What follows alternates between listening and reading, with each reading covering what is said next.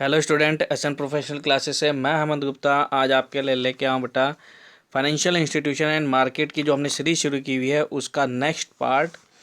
तो चलिए student start करते हैं। आज का जो फर्स्ट क्वेश्चन है लास्ट का होमवर्क है। क्वेश्चन पूछा था हमने, ट्रेजरी बिल जो मुद्रा बाजार का अल्पकालीन ऋण साधन है किसके द्वारा निर्गमित किए जाते हैं। तो यह स्टूडेंट्स भारत सरकार द्वारा जारी किए जाते हैं। ऑप्शन नंबर ए इसका करेक्ट आंसर हो जाएगा। चलिए नेक्स्ट क्वेश्चन जानते हैं। तो नेक्स्ट क्वेश्चन आपसे एग्जामिनेशन में पूछा गया है, वाणिज्यिक बैंक में जमा खाता खोलते समय निम्नलिखित में से क्या आवश्यक है। क्षतिपूर्ति, नामांकन, गारंटी या क्षतिपूर्ति और गारंटी दोनों। तो बेटा ध्यान रखेंगे, जब भी हम वाणिज्यिक बैंक में अपना खाता खोलते हैं या इसके अलावा कहीं पे भी आप फाइनेंशियल ट्रांजैक्शन करते हो जहाँ पे आप डिपॉजिट करते हो आप अमाउंट जिस पे आपको इंटरेस्ट मिल रहा है, तो ध्यान रखेंगे वहाँ पे आपका उस अकाउंट में नॉमिनी ज़रूर होना चाहिए। नॉमिनी क्यों डाला जाता है कि नियर भविष्य में यदि आपको कुछ हो जाता है तो वो पैसा आपके द्वारा नामित किए गए व्यक्ति को मिल जाए। वैसे तो फैमिली मेम्बर को अगर आप नॉमिनी नहीं बनाओगे तब भी पैसा मिल जाएगा, लेकिन अगर आपने नॉमिनी नहीं बनाया तो उनके लिए कानूनी कार्रवाई ज़्यादा हो जाएगी।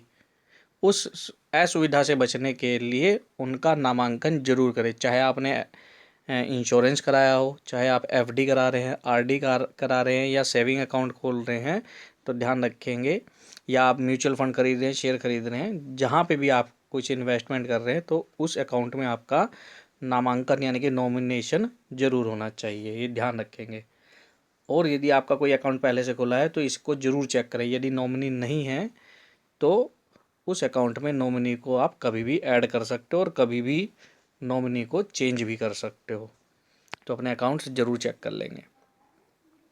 नेक्स्ट क्वेश्चन है, निम्नलिखित में से कौन सा उत्पाद मुद्रा बैंक द्वारा प्रदत्त योजना में सम्मिलित नहीं है।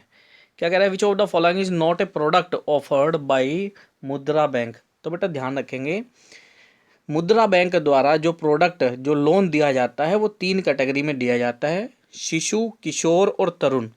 नारी इसके अंदर शामिल नहीं है। यही पूछा है कौन सा इसके अंदर शामिल नहीं है, तो नारी जो केस है इसके अंदर शामिल नहीं है। शिशु कैटेगरी के अंतर्गत जो लोन दिया जाता है वो 50,000 रुपये तक दिया जाता है। किशोर कैटेगरी के अंतर्गत आपको जो लोन दिया जाता है वो 50,000 से ऊपर और 5 लाख रुपए तक दिया जाता है। और तरुण कैटेगरी के अंतर्गत आपको जो लोन दिया जाता है मुद्रा बैंक द्वारा वह 5 लाख से ऊपर और 10 लाख रुपए तक की श्रेणी में दिया जाता है। कुल मिला के मुद्रा लोन जो है 10 लाख रुपए तक आपको दिया जाता है। चलिए अब नेक्स्ट क्वेश्चन जानते हैं। नेक्स्ट क्वेश्चन है हमारा, किस वर्ष विदेशी निवेश संवर्धन बोर्ड को समाप्त किया गया था। In which year the foreign investment promotion board was abolished. तो इस क्वेश्चन का जो करेक्ट आंसर है वह है 2017। 2017 में कब, 5 जून 2017 को।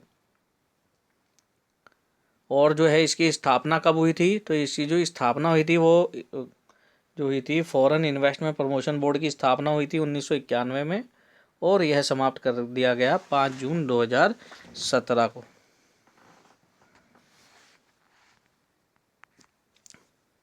और अब इसके स्थान पर किसको ले आए हैं, इसके स्थान पर ले आए हैं FIFP यानी कि फॉरेन इन्वेस्टमेंट फैसिलिटेशन पोर्टल ले आए हैं।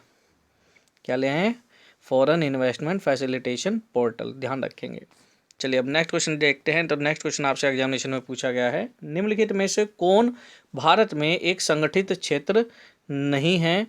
ऑप्शन दिए गए हैं, nationalised bank, regional rural bank, cooperative banks या नन ऑफ द अबव। तो इस क्वेश्चन का जो करेक्ट आ जाएगा नन ऑफ द अबव हो जाएंगे। ऑप्शन नंबर डी इसका करेक्ट आंसर होगा। चलिए अब नेक्स्ट क्वेश्चन जानते हैं। नेक्स्ट क्वेश्चन हमारा, राष्ट्रीय कृषि और ग्रामीण विकास बैंक के अध्यक्ष कौन है। Who is the chairman of NABARD, national bank for agriculture and rural development. तो बेटा ध्यान रखेंगे, वर्तमान में जो इसके चेयरमैन वो कौन है, doctor GR Chintala. Option number A इसका करेक्ट आंसर है। जब यह क्वेश्चन पूछा गया है। और दिसंबर 2022 से, 7 दिसंबर 2022 से जो हैं वो हैं श्री शाहजी केवी, श्री शाहजी केवी, जो कि इसके अंदर ऑप्शन में नहीं दिए गए हैं, पुराने वाले दिए गए हैं। तो इसके अंदर जो करेक्ट आंसर है GR चिंताला है, लेकिन जो वर्तमान में है वो हैं श्री शाहजी केवी। और जो पहले चेयरमैन थे वो कौन थे? M रामकृष्णाया, ध्यान रखेंगे। और नाबार्ड की स्थापना कब हुई थी? यह 12 जुलाई 1982 को हुई थी। और इसका हेडक्वार्टर कहाँ पर है? मुंबई में। तो ये थे इस क्वेश्चन से संबंधित अदर इम्पोर्टेंट फैक्ट्स, आप इसको अच्छे से ध्यान रखेंगे। चलिए अब नेक्स्ट क्वेश्चन जानते हैं। तो नेक्स्ट क्वेश्चन है ARDC स्टैंड्स फॉर, ARDC की जो फुल फॉर्म है वह क्या है? तो यह है agricultural refinance and development corporation. Option number C इसका करेक्ट आंसर हो जाएगा। चलिए अब नेक्स्ट क्वेश्चन जानते हैं बेटा। नेक्स्ट क्वेश्चन हमारा, निम्नलिखित में से कौन बैंकिंग संगठन का नाम नहीं है? तो SBI बैंक है, PNB बैंक है, एक्सिस जो बैंक है, लेकिन सेबी जो है यह बैंकिंग नहीं है। हमारे से इसमें क्वेश्चन में पूछा कौन सा बैंकिंग संगठन का नाम नहीं है? यह सिक्योरिटी मार्केट का रेगुलेटर है SEBI, security exchange board of India. तो इस क्वेश्चन का जो करेक्ट आंसर है वो है C। नेक्स्ट क्वेश्चन है बेटा, तेजड़िया तथा मंदड़िया शब्दों का प्रयोग किया जाता है। तो यह स्टॉक एक्सचेंज में किसके संदर्भ में किया जाता है? ऑप्शन नंबर B इसका करेक्ट आंसर हो जाएगा। चलिए अब नेक्स्ट क्वेश्चन जानते हैं। तो नेक्स्ट क्वेश्चन है, सभी निजी बैंकों के MD या CEO के लिए सेवानिवृत्ति की अधिकतम आयु क्या है? तो ध्यान रखेंगे बेटा, ये जो क्वेश्चन पूछा गया है यह प्राइवेट बैंक के संदर्भ में पूछा गया है। सभी निजी बैंकों यानी कि प्राइवेट क्षेत्र के बैंकों के संदर्भ में पूछा गया है। तो प्राइवेट क्षेत्र के बैंकों में यह संख्या जो है 70 है। ऑप्शन नंबर D इसका करेक्ट है। लेकिन जो पब्लिक सेक्टर बैंक है, जो सरकारी क्षेत्र के बैंक हैं, उनके केस में है उम्र 60 साल है, ध्यान रखेंगे। ठीक है बेटा। जबकि होल टाइम डायरेक्टर की जो एज है वो कितनी कहा गई है? 10 वर्ष थी, जिसको अब बढ़ा करके दोबारा से 15 साल कर दिया गया है। चलिए अब नेक्स्ट क्वेश्चन जानते हैं। नेक्स्ट क्वेश्चन है हमारा, द नेगोशिएबल इंस्ट्रूमेंट इज पर क्रम में लिखित डैश है, यह क्या है? A और B मांग ड्राफ्ट और चेक दोनों जो है इसमें शामिल किए जाएंगे। ऑप्शन नंबर D इसका करेक्ट आंसर हो जाएगा।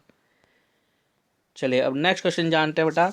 नेक्स्ट क्वेश्चन है, मुद्रा के अंतर्गत R से क्या तात्पर्य है? What does R stands for in मुद्रा? तो बेटा इस क्वेश्चन का जो करेक्ट आंसर है वो है रीफाइनेंस। ऑप्शन नंबर B इसका करेक्ट आंसर है, पुनर्वित्त।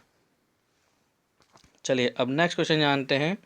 नेक्स्ट क्वेश्चन हमारा, वर्तमान बैंकिंग लोकपाल योजना प्रारंभ की गई थी। वर्तमान में जो बैंकिंग लोकपाल योजना है यह कब प्रारंभ की गई थी? सन 2006 में की गई थी।